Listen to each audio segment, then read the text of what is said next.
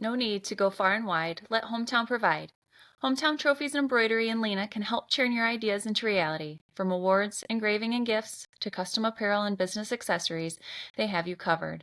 Visit them today or give them a call at 815-369-9185. That's Hometown Trophies Embroidery. Let your vision become their masterpiece. Welcome to NUIC All Access, joined by Jay Doyle. I am your host, Kyle Kampmeyer.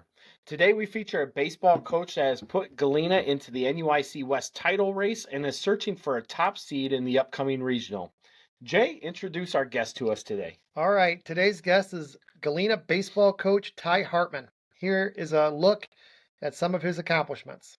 Graduated in 2013 from Eastland, played golf, basketball, and baseball, was a member of the 2010 and 2013 fourth place basketball teams, was a member of the 2011 second place baseball team, member of the 2010 sectional qualifier golf team, honorable mention all conference as a sophomore and second team all conference as a junior in golf, first team all conference as a junior and senior in basketball, Rockford Register Star and Sauk Valley all area as a junior senior in basketball, IBCA all state as a junior and senior in basketball.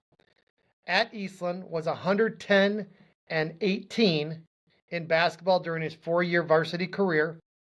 Two-time captain in basketball. First team all-conference as a junior and senior. Unanimous as a senior in baseball. 2013 NUIC Pitcher of the Year. 2013 Team MVP in baseball. Captain of the baseball team as a senior. And 2013 Baseball Regional Champion. Ty, welcome to the show, man. Thank you guys for having me. Appreciate it. Yeah, definitely. So, first question, what did you enjoy about playing sports in high school? Really, I enjoyed pretty much every aspect of it. The friendships you made, the competition, the coaches. Just there wasn't really an age I wasn't trying to play a sport, so it was just natural to me and what we did. So you grew up with your dad coaching baseball at Byron. He had a Hall of Fame career in his first stint. Then he was an assistant at Eastland during your playing days and your brother's playing days before returning to Byron to take over the program. So he was on staff for that runner-up team that you guys had in 2011. What was it like growing up with Dale as your dad and as a coach? It was really good when I listened to him. I'm sure he would confirm that. But I mean, just all the knowledge and experience he had to share with all of us was a huge help at any level whenever we were trying to get going, or when he joined us back up at Eastland just to help Weston and Lenny even more of with the program they were starting to build. Yeah, sometimes it's a tough thing when dad's in the dugout or on the seat next to you. But yeah, I don't think you appreciate it sometimes until it's over. Yeah, for I sure. would say that as a coach who's been able to coach a couple of my kids and got another year left with my one, that's the one thing that you kind of take for granted as it's going. And then, 5-10 years down the road, you look at it in a different light. Yeah, it really started to hit me like when I started coaching with him. I was like, wow, he really did know what he was talking about. I should have listened a little closer when I was playing. You don't want to say that out loud to him because he'd tell you, yeah, of course, I knew that the whole time. So you guys you've been a member of some teams that have made state runs. Okay, what is it that stood out with those teams and moments, and what is your biggest takeaway from that experience? I'd say the biggest thing all three of those teams had in high school was just a togetherness. Everybody knew their role. Everybody did their role correctly, and everybody was pulling at the same end of the string, going towards the same goal. So, I mean, just all in all, it was just really close teams and good teams that were coached well. Now you had that in basketball. What was the biggest difference for you? Because golf is a team but individual, and basketball is more team. How was that run like in golf? And never being a part of a golf team, but being an avid golfer, like I think yourself. What's that like? having a team together and playing at different courses and making a run at a state? We didn't make state, but we were the first team to make a sectional from Yep. Eastland. So it was a lot. It was weird because you have all that team aspect from your other sports, but like you said, it's individual. So I think you just end up putting a little more pressure on yourself because you don't want to let down everybody else on your team. So I mean, you can still make it as an individual, but it's even cooler when you got four guys shooting low enough to get the whole team there. Yeah, that's the one thing I've always said about golf in itself, how tough it is, because if you're playing basketball, you can, okay, my shot's not going. I can play some defense and rebound, or if you're playing football, it's a tackle thing and everything like that. But I think there's no lonelier feeling when you're on a golf course and you don't got your swing and you're not making your putts. I think that's the worst feeling to have when you're playing competitive golf.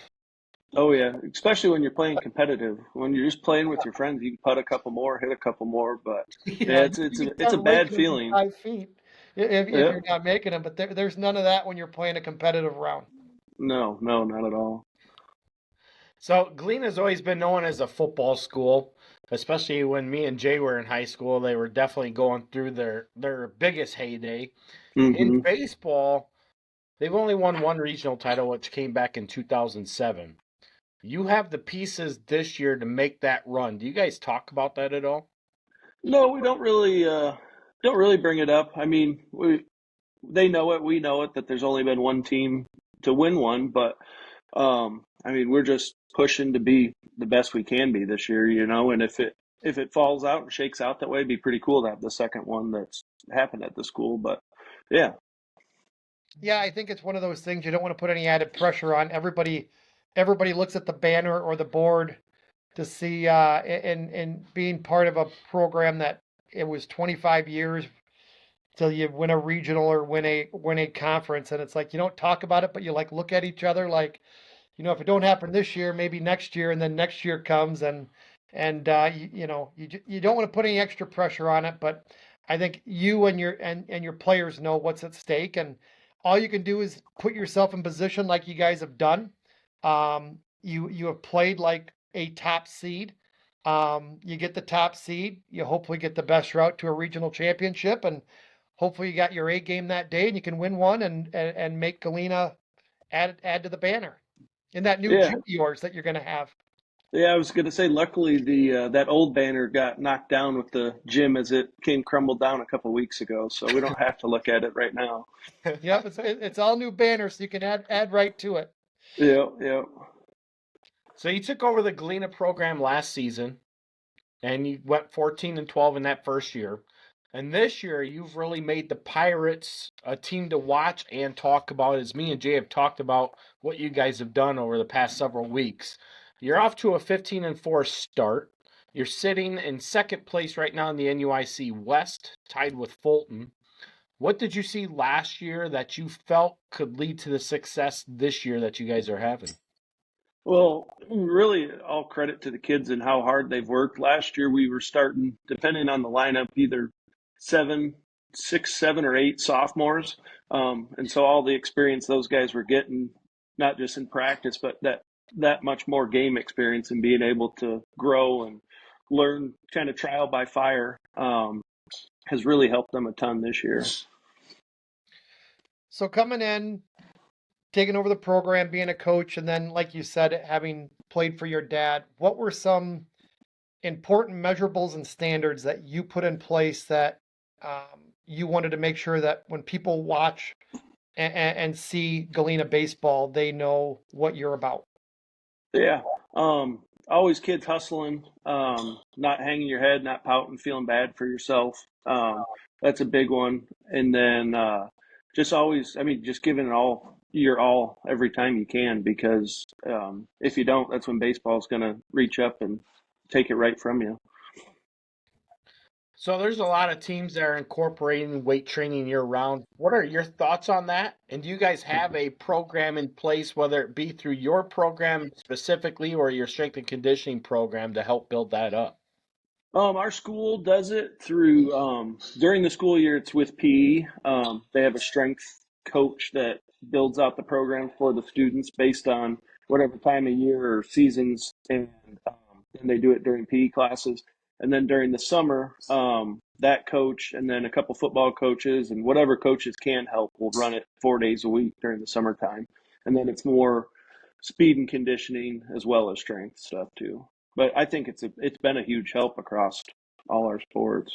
No, I think that's one of the things that we keep trying to put out there that if you're not doing it, you're falling behind, and if you're Mm-hmm. not doing it, it's a two-way street. You have to be able to offer it and have people that want to offer it and do it, and then you have to have kids that want to do it, right? Like that's the biggest thing. It's a hand-in-hand thing. You can offer all you want, but if kids don't show up, that's one of those things. And by doing it, it still doesn't breed you're going to have success because you can do all those things and still fall short of goals. But I think the one thing I stress, I think all coaches stress, it's like give your kid as many tools as possible, have them maximize their ability. And if you're good enough to win that day, you at least know that there's no regret back. And I think that's the biggest thing you see in high school, is that to where you have a kid that maybe gets done and they're like, man, I wish I would have found the weight room sooner or done this sooner. And it sounds like you guys are doing that. Many other schools do that to where it's a year-round thing. And yes, it's tough for kids, but I think it's getting them ready for the next level of things. When no Yeah. one's looking, they got to show up to class, they got to do their homework. The expectations are raised, and it's given them the platform to do it. Yeah, no, it definitely helps prepare that for the next level. And I mean, like you said, you can put all that stuff out there, but if the kids don't want to do it, they're not going to do it. And Yeah. luckily, we have kids that are wanting to do it. So, Yeah, and having success helps, like with anything, having success because it's tough to be doing it and not having it. And hmm but once that light switch click, that's the cool part of coaching. Right. Um, so you played multiple sports, you coach baseball. Um, what's the biggest enjoyment you get from coaching baseball? it's the sport I love the most, and just being able to still be a part of the game is a very rewarding part. But then watching kids set goals and achieve goals and get better, or something finally click for them that you guys have been working on for forever with them. I mean, and just teaching the game with them. I mean, it's just the simplest game, and there's also so much as well into it that makes it one of the most difficult games. What are some personal goals that you have, Ty, as a coach, both for yourself and for your team? Um, Personal, make these kids as good young men as they can be and as good of athletes as they can be. Um, Whether that's helping a kid get better in baseball, but he goes to college for football or basketball or whatever it may be, but just seeing them reach whatever levels they want to reach to is where I try to help them as much as I can.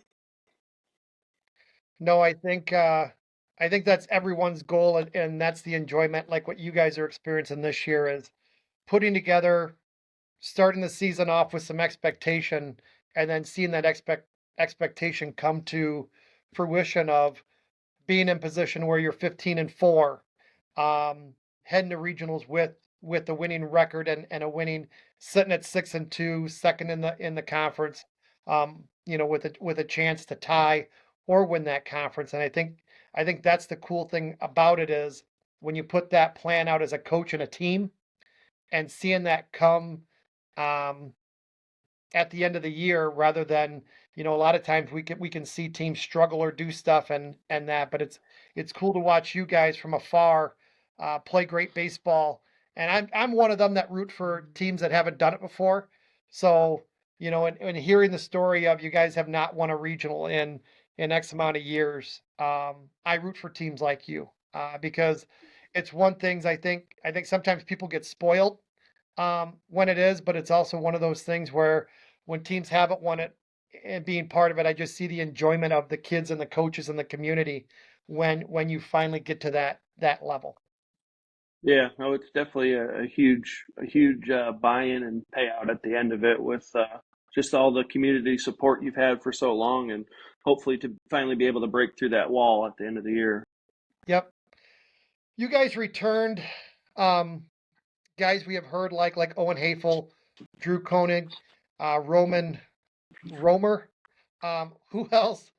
Hopefully, I didn't butcher every one of those names. I tend to butcher names. Um, No, so yeah, we returned Drew Koenigs, Owen Hafel, Mason Smith, Zach Keller, Johnny Heller, Gus Knack, Jacob Benson. Those were all pretty regular starters for us last year, and then a handful of rotational guys or bullpen pieces, whatever, as well. So we returned. We only graduated 2 last year. so of those names of the returners that came back, that it's like, okay, I knew these guys were going to step up, right? Who's a couple players that kind of shocked you, as opposing coaches probably shocked a little bit that they didn't hear of into this year now that are playing a major role? That's a tough one because I'm sure my view on them is a lot different than the outside coaches. But I'd say one big surprise would be how Johnny Heller's been on the mound for us. He really didn't throw a ton of innings last year for us, and he's come up big in some really big spots against Lena. We brought him in the 6th, ended up throwing all the way to the 9th for us. So, Right. or the 10th for us, whatever inning it was that game ended. But yeah, he's been one that's been a pretty big surprise for some people. Anybody else that you can think of that has really stood out or exceeded expectations coming into this season? Um, that's tough. A couple, Jacob Benson, he's improved. He's worked really hard in the offseason on the mound and in the field. He's been a good one. And then Mason Smith as well behind the plate. He started almost, I think, every game last year for us at catcher. And he still was working hard, still doing lessons, still doing everything he could to keep getting better each day. Yeah, I think when you said that, like was it Jake Heller, the pitcher? Johnny. John.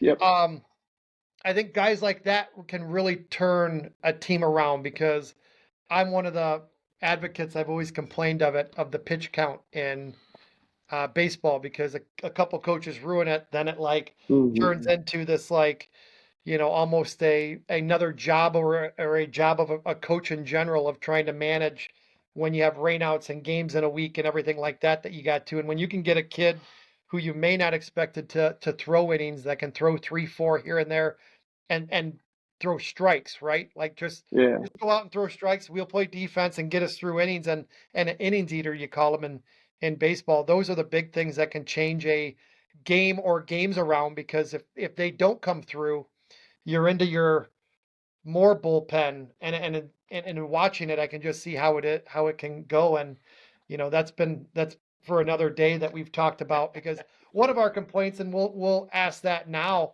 to you, would you like to see, come playoff time, the amount of innings that kids can pitch change?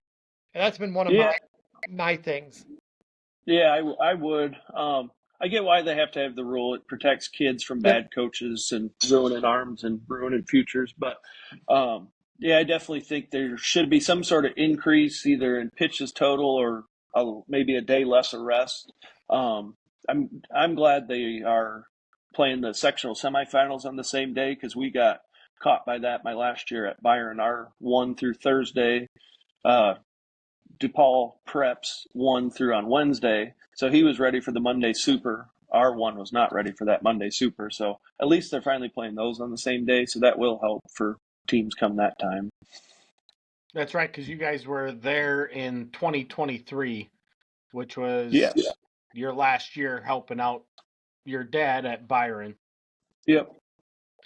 Yeah, and that's one of the things we've talked about, and I know Kyle ran into that with, and now with people without, if they host without lights, they play like a 2 o'clock or whatever, and then because they were doing that, and that's one of the things we talked about, because I know they do allow, I think it's 10 pitches. Is it 10 pitches? 10 more. Yeah. 10 more pitches, which is like Yeah. 1 or 2 batters, which really is nothing.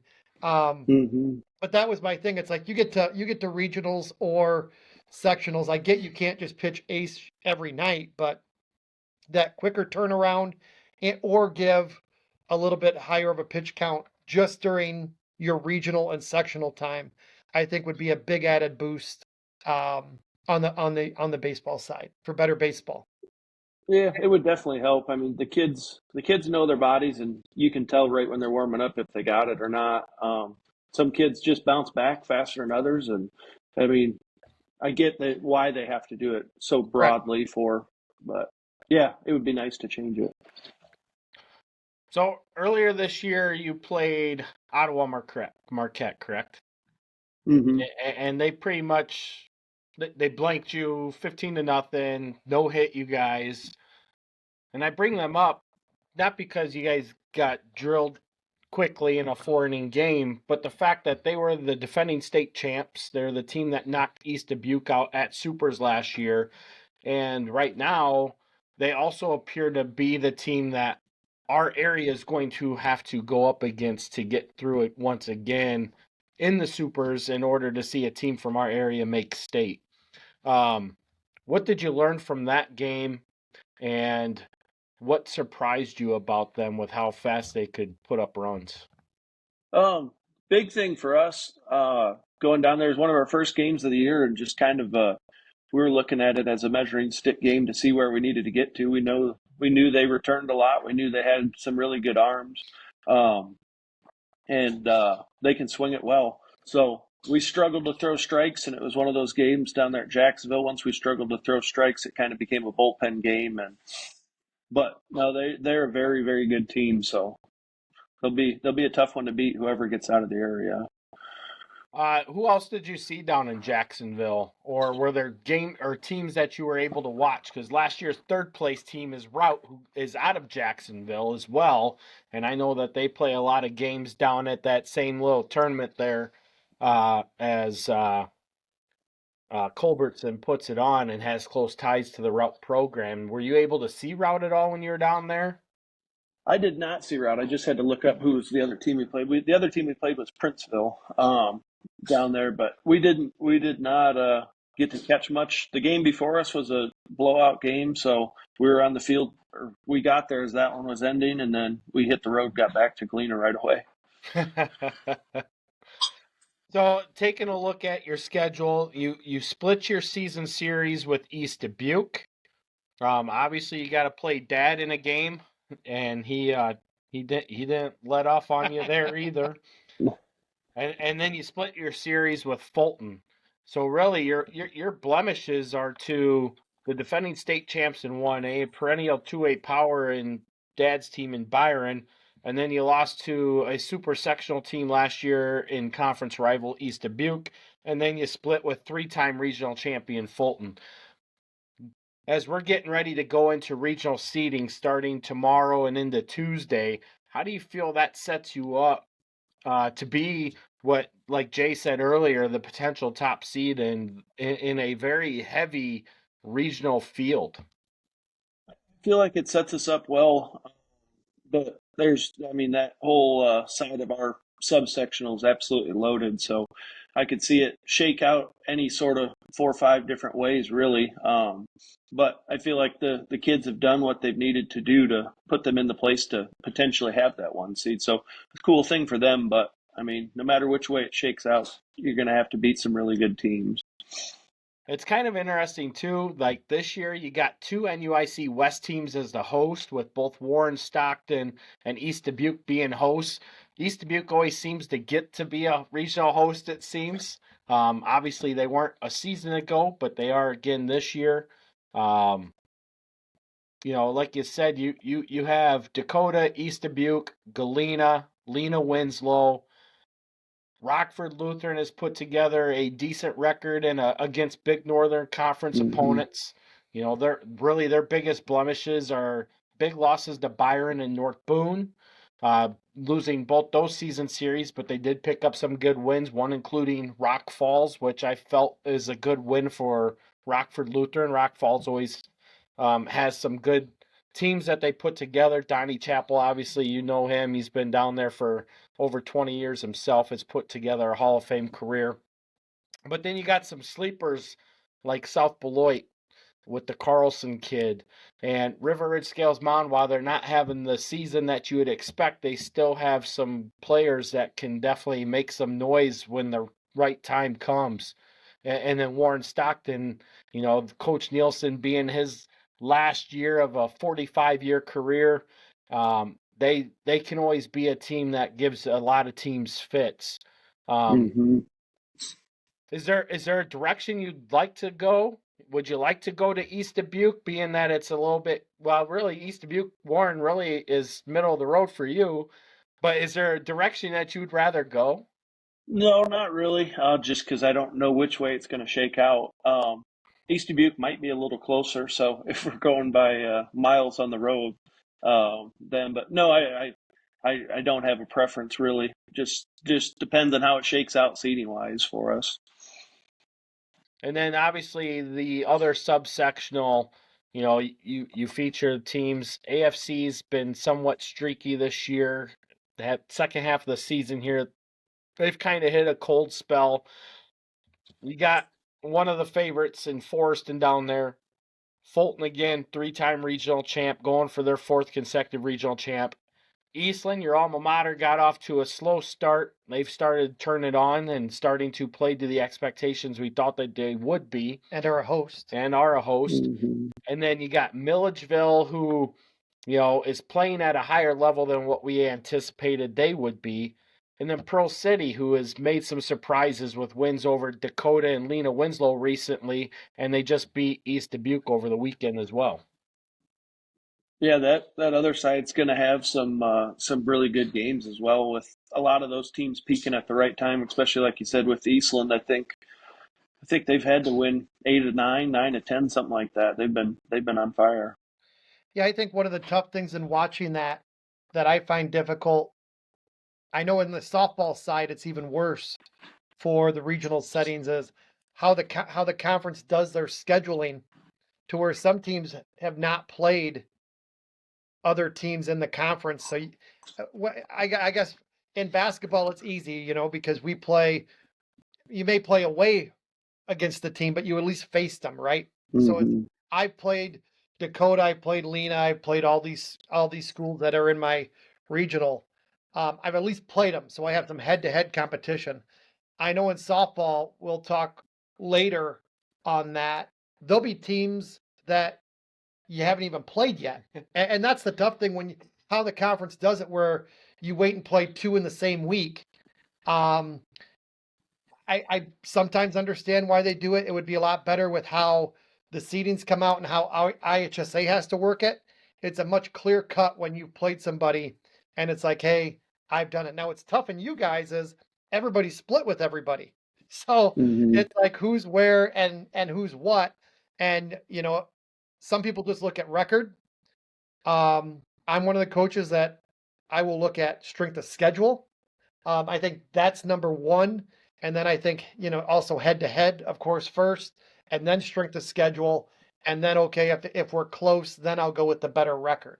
But I think some people get smoke and mirrors because they'll play an easy schedule and be like, well, I'm 4 games better than that team. It's like, well, yeah, you played Donkey Town for half the season, and you pad your wins and losses, and you haven't played some of the teams that you should. I mean, I get it if you're not, but if you want to be one of the top teams and you want to be, if I'm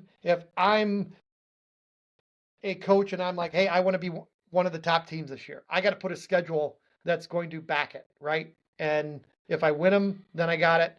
And that's a big thing when you're one of the top, because you get the easier way to a regional championship. Yeah, definitely. You want to be a great team. You got to play great teams and try to beat great teams. That's the route you need to take.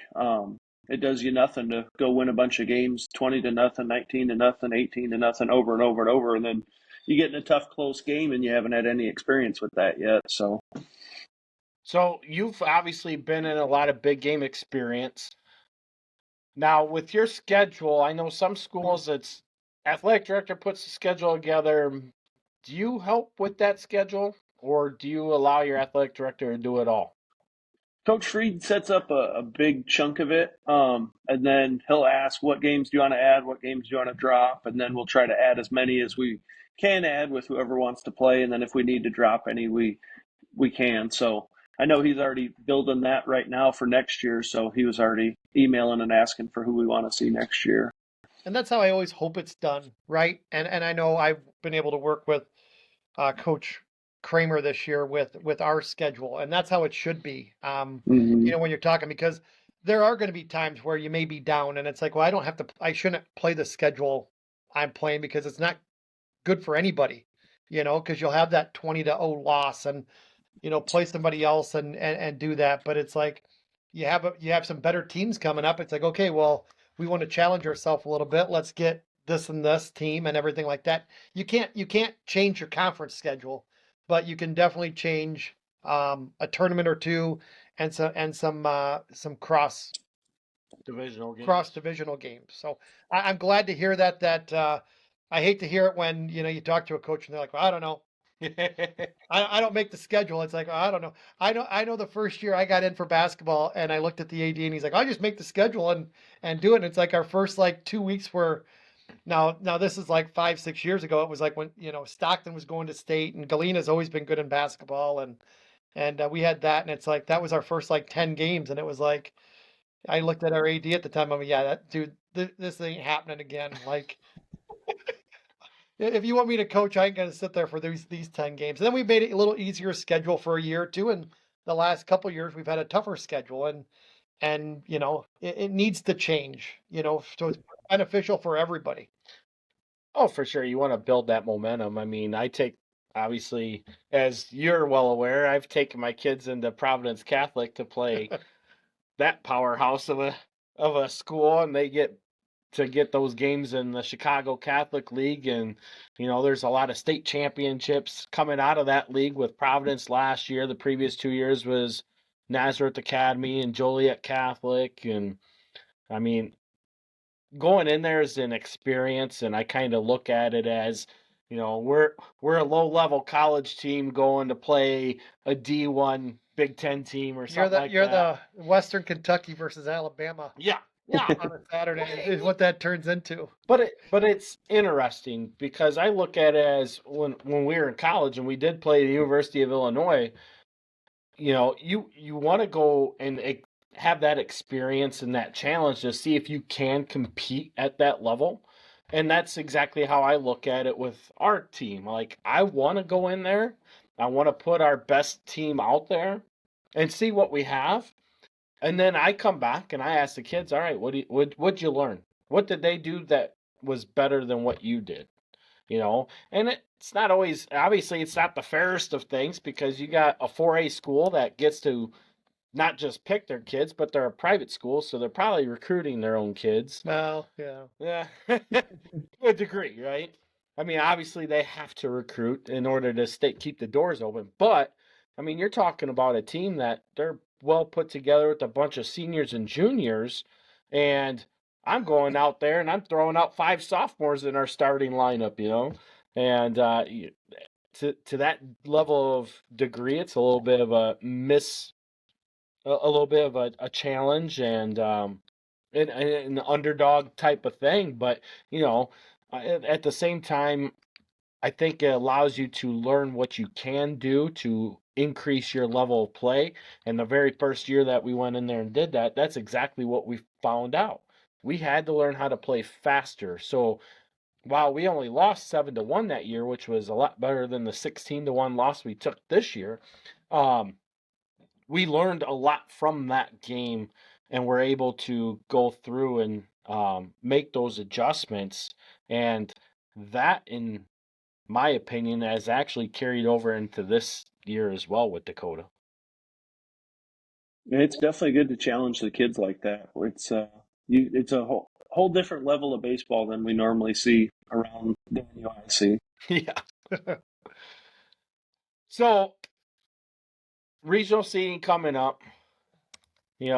Obviously, what are some teams that you feel are dangerous in your route to a regional sectional championship?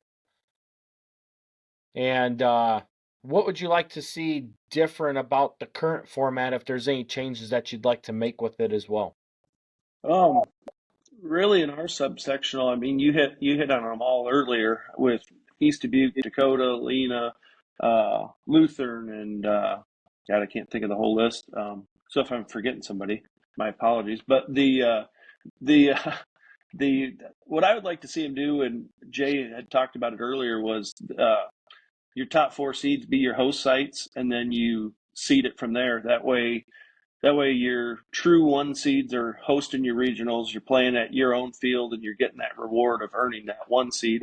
And then you don't get any sort of lopsided subsectional, which I don't think it's terribly lopsided this year. But in years past, there's times you look at it and you're like, well, they're not going to have a game until a sectional. And that other side, there's 6 teams that could give that other team a game.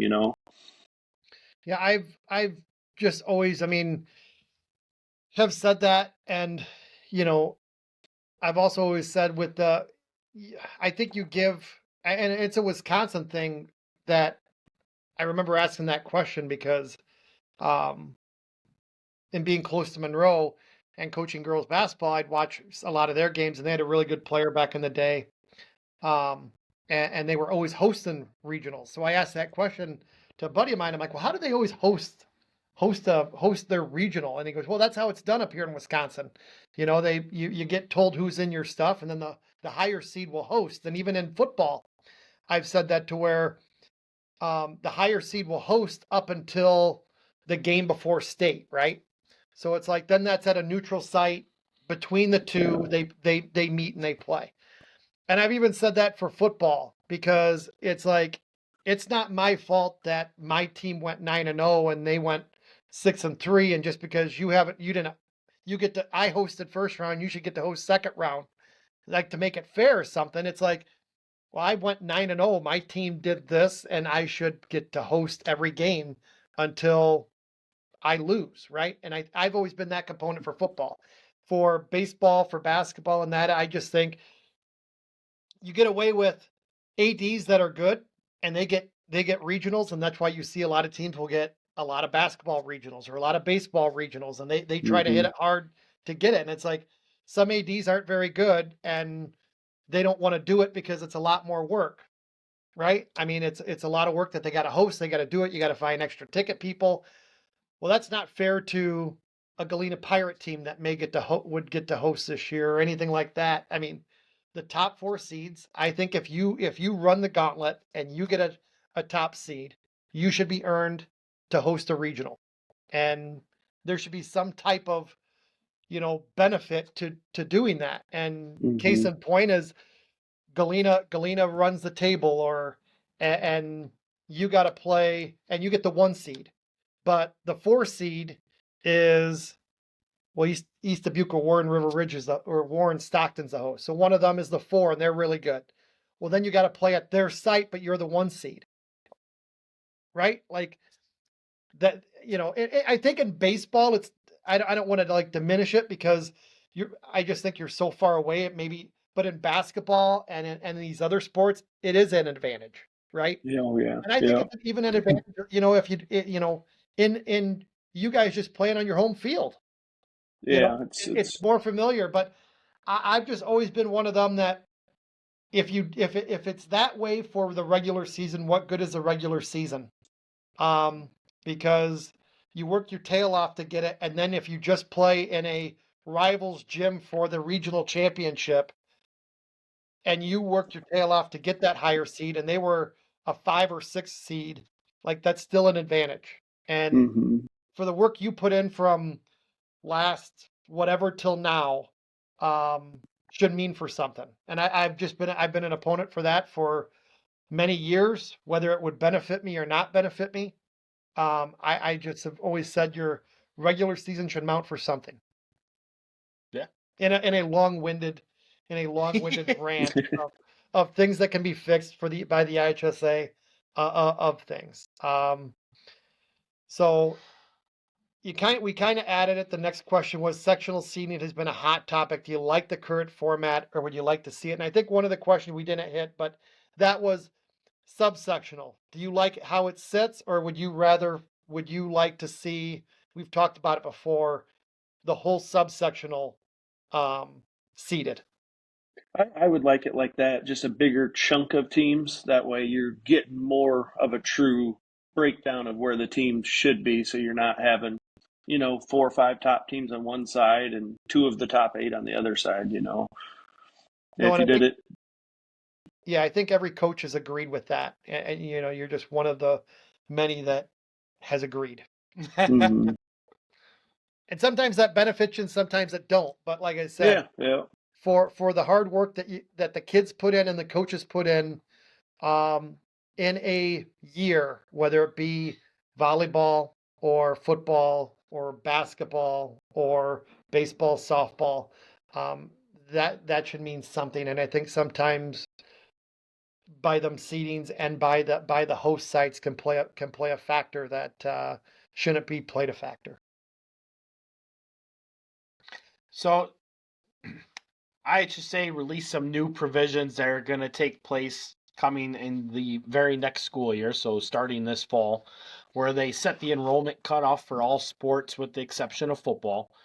And they made some changes to the multiplier and waiver rule, which for baseball means that if you're a private school or non-boundaried school and you win a sectional semifinal game, you are going to be hit with the multiplier for the next 3 seasons. Now, you've had some close proximity with this playing DePaul Prep here just a couple years ago.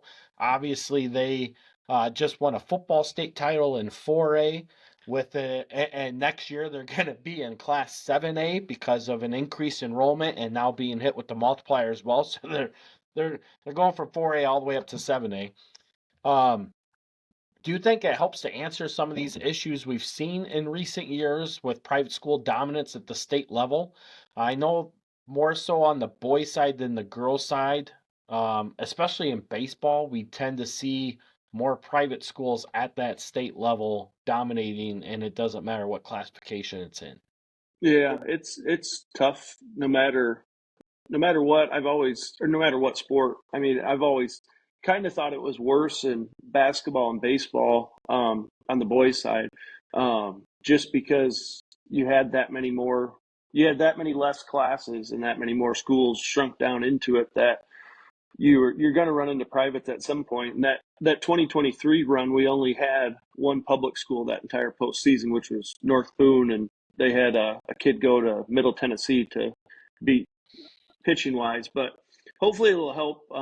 But I mean, you'll always see the private schools that load up and win for 2-3 years, and then it falls off, and they get all the way back down to 1A, and then it will happen again. I mean, I don't know if there's a real good way to fix it or a right way to fix it with how it is currently. I always have my right way, and people that watch the show all the time, they'll hear it every week when we talk to people, and I've always just said to make it very simple, and I'll be very short with it again. I've always just said give them the divider and walk away, and it is what it is because all we're talking about isn't the success factor, is a postseason success factor. And I've always said how many teams have not won a regional game or a regional title or a sectional game or sectional title, and we need to worry about a success factor of a private school. We don't worry about success factor of public. Mm-hmm. So I've always just said, let them get the 1.65, walk away, and then we're not talking about any rhythm or whatever you got to look at or graph of how many years you've won or haven't won, and let it be. I mean, they pull from a bigger pool. They can do things that public schools can't. Now, I'm not against everything private. We used to co-op with a private, and in that conversation, I always said, well, they should get the divider, and it should work that way just because, I mean, it is what it is, right? But whether you choose to or not, that is, but I just think it would make it a lot simpler and cut and dry rather than playing with this school goes up, but as you said, another school's coming down, and we're going to see that in basketball, and we'll see that in baseball, and we'll see that in these other sports, and all it's going to do is affect another group of kids that it shouldn't affect, and that's what I've always talked about, where it affects kids when it shouldn't, and we were talking about that with Coach Sherrill a couple weeks ago, because we were talking about the basketball side on my side, and then we got talking, and he's like, I don't think it's really affected. And then he went back like 3 years to where St. Bede, right? St. Bede was a team that got to come down for that year and then beat Orangeville, and they got to go to state. And then he just kind of sat there. I'm like, yeah, that they shouldn't have had to play that team. And how many teams had to play St. Bede that Mm-hmm. got beat by them, that they shouldn't have been there and come down? And it's beating a dead horse sometimes, but I think everybody is on point with the same thing and just want consistency out of it. And what we Yeah. lack is that. The only other way you could do it, but it'd get difficult to do it. You could do the one small school private class and and then the second one be a big private school class, but you'd have separate states and everything else, and then travel, and there'd be a whole other can of worms to open up with doing it Well, that way. you don't have to worry about that if you're privates. Right. Yeah, yeah. And see, that's where I'm more opposed. Like, I don't want to see a separation of public versus private. And I know there's a lot of outcry because other states do it, but I mean, obviously, I've always been a big football advocate, and when you look at football, there's only 49 schools that participate in football that are classified as private non-boundary, with the exception of the CPL schools, which who cares about them? They Yeah. have never really put up much of a fight when it comes to football. But to make two classes out of 49 schools to me seems ridiculous.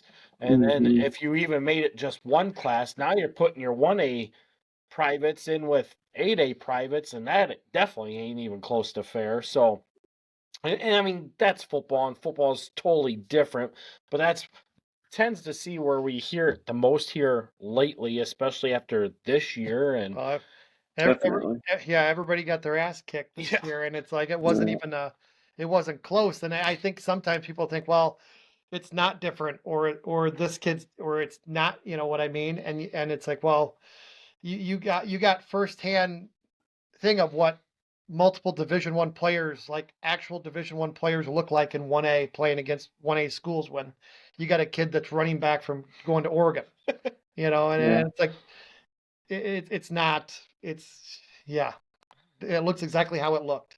Yeah. And But I mean, you take a look, like last year, the top two teams in baseball were Marquette Academy, who they only had 2 losses all last year. I think they were 33-2. And last year's team wasn't the team that they were expecting to win state. It was Yeah. actually this year's team that they were expecting. But then you take a look at the third place team, Route Catholic. That was the team that they were expecting to win state. Those two teams had been ranked in the top 3, 4 all season long. And ideally, they were the top 2 teams down at state. They just got paired up with each other in the semifinal game, and then they go into championship Saturday, and they both win first and third place trophies. It's, I don't know. It's tough, and I'm not taking anything away from Route or Marquette, because even with the multiplier, both schools are so small that they would remain in 1A with a multiplier anyway. But again, that's what I mean with the multiple. Then you can't. You can't have a bitch. You can't complain about it. It's the one that all of a sudden go fluctuate, like we talked about, that Rockford Lutheran, Sterling Newman.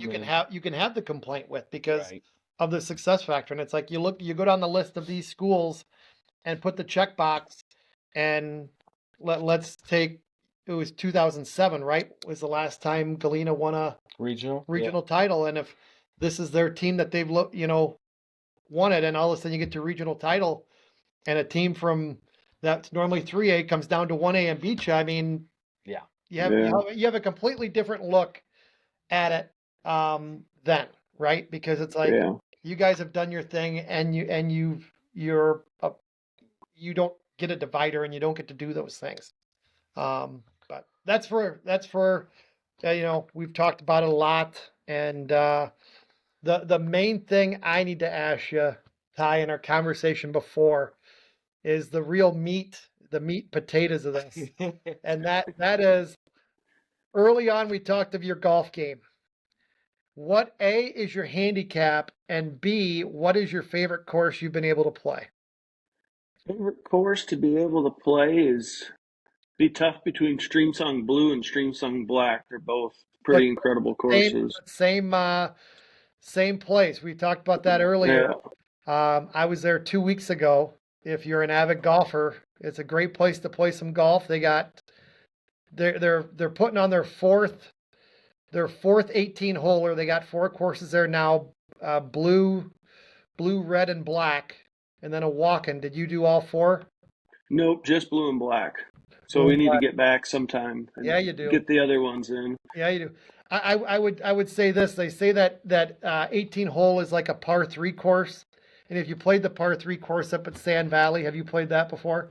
I have not. My dad and brothers have been up there plenty of times. I just need to finally go with them one of these Yeah. times. The Sandbox is a great little 18 holer. You can have it done in no time. You throw your short irons in and you take a drink with you and you play a quick 18. The Stream Song 18 is a death march that if you're not ready to go and if you're not in top physical shape, I am not in top physical shape. And I was coming down 18 like Kirk Gibson rounding third back in the day. I was struggling. I was looking for some I was looking for some shade coming around hole 18 and the mosquitoes bite down there, but great golf course. Mm-hmm. You get out much in the summertime? The summertime, yeah. This time of year, not really at all. I've got, I think, 2 rounds of 9 in so far this Oh, year. One was taking my toddler with me, so that was more just having him out there, and then the other one was just a quick 9. So yeah, once baseball's over, it's a lot easier to get then out. it's time. Then it's time. Yeah. I'm getting my rounds in now. I'm good until June. We hit basketball in June. And then I gotta suck it up a little bit there, and then hit it back hard in July and August. So yeah, golf is a great thing. Oh yeah. Well, Ty, we appreciate you taking your time out of this Sunday evening to talk with us and talk some Galena baseball. And of course, looking ahead at the regional pairings and potential seedings as that all gets fired off tomorrow with those seedings and pairings coming out on Tuesday. We'll have that posted right around the time they get released at 4 o'clock. So, obviously, you'll get the insight well ahead of us being able to publicly post it. But Yeah. we wish you the best of luck moving forward with the Pirates program. You bet. And of course, looking at that potential number 1 seed coming down the road for you. We wish you the best moving into the playoffs this year too. Thank you guys very much, and thanks for having me on and all the coverage you guys are doing and bringing some coverage to all the other sports that normally don't catch the headlines. So thank you guys. Appreciate it. Appreciate it for sure. Transform your outdoors with Baber Service Company. Landscape design and construction, including retaining walls and patios, mulch and rock beds, seasonal cleanups, and so much more. Serving Joe Davies, Carroll, Stevenson, Winnebago, Whiteside, Ogle, and Lee counties. Enhance your outdoor space with expert craftsmanship and attention to detail. Contact Baber Service Company today at 815-291-6334. All right, Jay, we just got done talking with Galena head coach Ty Hartman, and we talked about the season that they're having, off to a 15-4 start. They've put themselves in a good position to potentially pull the number 1 or number 2 seed in regional. And if you take a look at who they've played and who they've beat, arguably they could be the number 1 seed. They got good wins over Lena Winslow and Dakota. Yep. They split their series with East Dubuque. Their other loss was to conference opponent Fulton, who is a 3-time regional champ. They're in the other subsection. And then they got the 2 losses to the defending state champs of Marquette Academy and then to Byron as well. Yeah, I think all you can do as a team and as a coach is check your boxes as you go on through the year. And they have checked every box to be a team that should be, I think, considered and be the 1 seed in that with their makeup and their losses and their schedule. They have done everything possible to put themselves in position to be the 1 seed. And that's not taken away from anybody else. But, at the end of the day, it's head to head and it's who wins and who loses. But you can make a case for the other schools, East Dubuque, Lena, Dakota, all of those teams are sitting back thinking that they have the case to be a 1 seed. And that's what's so great about this time of year is everybody will vote. The votes will be cast. We'll find out this week. We'll get them on the web page, and we'll find out, and then we'll have the talk of who's 1, who's 4, who's 2, who's 3, who's the 5, and who's going where. And that will be in baseball and softball. Yeah, it's definitely been a whirlwind week. Obviously, Yeah. we had more conference games start to take shape.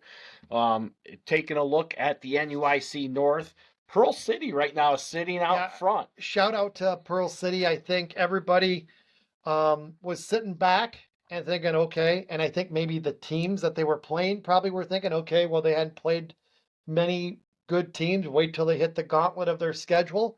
And they did nothing but show that they are one of the top teams. Shout out to them and their kids there. They had a hell of a week and put themselves in position with Forston as first place contenders. And now Lena and Dakota are sitting back and thinking of 1 or 2 of them losses that they had. Is it going to bite them? Or are you going to have some crazy 4-team first place finish that could happen out of 6 teams, which then you kind of feel like you're kissing your sister or something there. 'Cause it's like you won a conference title, but you won it with over half your conference teams, right? I don't know if that should really be a thing, but Morrison keeps rolling along in the West. They're sitting on top at 5-1. You have a 5-3 Eastland team, so they got a 2-game lead. And the team we just talked about, you have East Dubuque 6-1, Fulton 6-2, and Galena 6-2. Those are the cream of the crop right there. And that's where East Dubuque's going to say, well, we should be the 1 seed because we're sitting up top at 6-1. So it's going to be interesting how on the baseball side, teams vote. And it's always one of them time of year. Someone's going to feel that they fell. But I think everybody thinks that they can be a 1 or a 4 or a 2 or a 4 or a 3 or a 1. So I don't think anybody's going to be shocked. And I don't think you're going to have an easy out for a regional championship because all 4 of them teams, and you've seen them closer than I have, they're teams that can make it to a sectional championship any given day. Yep. And to be quite honest, when I was looking at everything going through the course of the season, and then especially when subsectionals came out, I felt that us at Dakota was definitely a team that, we could be playing for a sectional championship or winning sectionals, or we could be one and done all the same. Yeah. And that's how I feel every one of these teams are. Yes, those 4 teams, Dakota, East Dubuque, Galena, Lena, Winslow, are definitely the top 4 as far as it goes in that subsectional.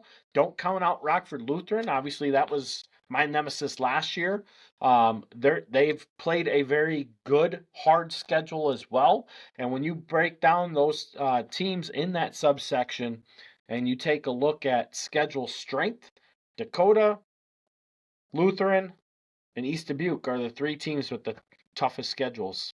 Yep, and that's why, like I said, East Dubuque's sitting there thinking, don't count us out from the 1 because we're sitting in first place with a good record, and our strength of schedule should matter. So that's really big, and with that Pearl City winning, that sure beefed up subsectional B. Yes. That we talked about at the beginning of the year. We thought we seen a change there, but Milledgeville has played good.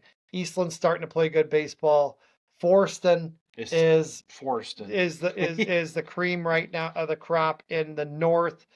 They got a great team, but now you throw Pearl City in there. There's 4 really good teams that can make up for that. And you got AFC, who started out hot. They've kind of went back and forth, but every one of those teams now, it looks for a strong subsectional B now too. Yeah, and then on the girls' side, take a look at that top subsection. We've been talking about Dakota, Durand, and Orangeville all season long. Those 3 teams continue to be the teams to watch. Orangeville's really starting to pull ahead and away from everybody. Granted, they're still tied technically with Dakota with 1 loss, but realistically, they have a 3-game-and-a-half lead over Dakota based off of overall record. Yep. And Dakota's got Durand coming up this week, which Durand sits, right there 2 games behind Dakota. Well, really a game and a half behind Dakota, but they got 2 losses more than what Dakota has at this moment. I should have looked at it beforehand, but I think it's also after they vote, though. Yes. Dakota plays Durand. I looked at it the other day, and that's the thing we talked about earlier in the pod was looking at the schedule a little bit different as a conference because I'm probably biased, but I think I'm also fair a lot of times. I don't know how you don't vote Orangeville the 1 seed with their schedule head to head against other teams. They have beat teams Dakota has not, and Durand they beat, and they got a better record now in conference. Dakota's the only team that's with them at 5-1. Orangeville's 8-1. Orangeville has only dropped a couple games here and there that you may look, but they play a very tough schedule. Coach Sherrill always plays a tough schedule, and then you got to look at what the standard's been. They're looking to go their 7th straight regional championship with that. So I think hands down, Orangeville's the 1, and then you have Dakota, Durand, the 2 and 3 in that order. Dakota, then Durand, and then like we've seen in some, that 4 is going to be a pick, maybe a Rockford Lutheran. You have other teams in there, but it looks like I think Orangeville will be going and looking for their 7th straight in Pecatonica. Yeah. I mean, well, how could you argue otherwise, Yeah. And then, taking a look at the South Division, Morrison obviously still going to be in 2A, which Yep. we've talked about. They got the 1 up over Milledgeville this Yep. past week, but they were not able to get that second game in yet, so that's still waiting to be played out. Unfortunate for Milledgeville to a degree, but they've still put themselves in a position to argue their way to a potential 1 or 2 seed. Obviously, they have East Dubuque in their subsection, who sits undefeated in that NUIC West. And we talked to Joe Edler at the beginning of the year, being the team that got to Supers.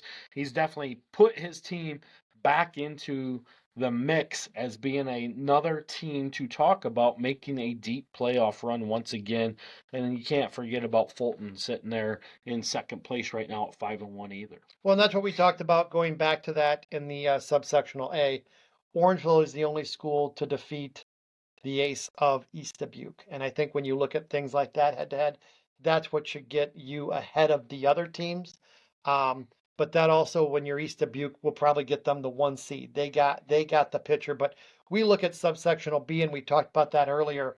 When you go on the A, you go, okay, Orangeville, Dakota, Durand, I don't know. At subsectional B, you go down the list, and we're looking at it now. East Dubuque, Galena, Eastland, Lena Winslow, Milledgeville, Pearl City, Polo, West Carroll, Scales Mound, Co-op, and Stockton. Some very, very good teams there that 1 through 5, 1 through 6 can beat anybody. And we talked about that last week. If Pearl City was either going to help themselves or hurt themselves. They kind of hurt themselves last week with the losses. Yep. And another team who hasn't helped themselves is Lena Winslow, as we've talked about. They haven't won the big game. So that's why I think you'll see East Dubuque take that 1. And then I think it'll be kind of like what we're talking about on the boys' side, where you have 2, 3, 4 teams from a Lena to a Pearl City that can all fight for that 2 through 5 ranking. Right. And that that's another area too. Like Dakota could have got a game with East Dubuque. For whatever reason, that game got canceled the same day that the Dakota boys played the East Dubuque boys. That could have been a matchup that could have helped build either team's resume, really. Correct. With a win. An unfortunate situation there that they just couldn't make that game happen due to an injury or lack of pitching, something like that on East Dubuque's part. I know that they had a heavy game schedule that week, so they originally were the team that called the game, but it took a good potential matchup away between 2 of the top 4 teams in the NUIC. Well, and that's the only thing you can go by too when you haven't played each other. And again, it's really tough if you're Dakota to not play Orangeville or Durand, who are the top 3 schools in your division, and they've not played each other. Just Orangeville's played Durand and they split. So that's what makes it tough this time of year, because you, as a coach, as a person that would be voting outside, you'd really like to see some head to head. Otherwise, it's just going to come down to what coaches can put forth. And that's why I've always said I think the interview stuff for teams more or less should be done in person or via over A call. a call, because some look at record, some look at your schedule, how tough it is, and this is one of them. How do you say yay or nay when teams haven't played, or and you don't play for 2 more weeks? So Yeah. it's gonna come down to, I think, Orangeville and Dakota for conference. We'll find out this week how everybody votes for regional. Yep. So that voting, like Jay said, comes out on Tuesday at 4:00. We'll get that put up on all of our social media platforms for everybody to see as soon as that gets released. We got 2 more weeks of the regular season play to go. Regional start the week of May 19th, so we're getting closed in on that time frame as well. Going to be a lot of fun these next 2 weeks for sure. Yeah, the biggest thing is for the kids to enjoy it. They're on the home stretch of their career if you're a senior.